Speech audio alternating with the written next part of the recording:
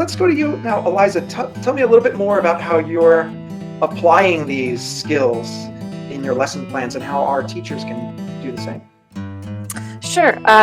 So, yeah, I think with the lesson planning, as I've said, I think it's important to look at the basic structure of your lesson plan, and then obviously it depends on what type of class you're teaching. So some people may have a more structured lesson plan, some people may have a more conversation-based lesson plan, and I think that there are quite simple ways that you can incorporate these things. It doesn't have to be like difficult, but I think the most important thing, again, to think about, I might be repeating myself a little bit here, is thinking about the needs of the student, because it's going to change depending on obviously what kind of students you're teaching and maybe what jobs they have, or maybe where they live, so this is going to, the needs of the students, I think, are going to change more dramatically, sort of depending on where they're from.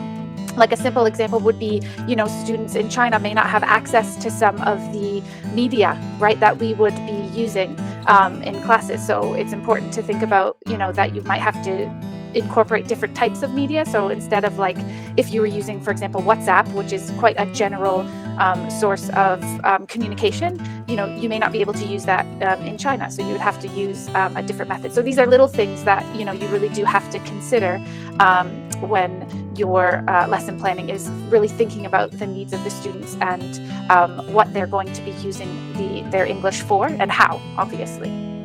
So that's sort of the starter.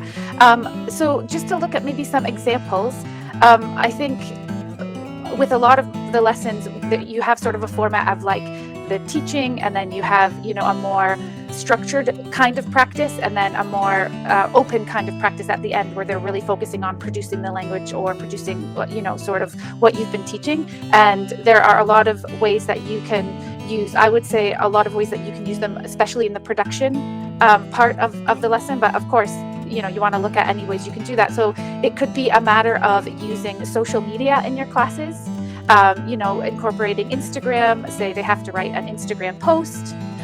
So you're teaching the language, right? So you're looking at maybe having your students going onto Instagram, scrolling through, right? Even the verbs to scroll, right? Scrolling through Instagram. So there's so much language and vocabulary around, just using these kinds of things in your class, and incorporating them into the lesson is a way to sort of, it comes up naturally as well, if that makes sense.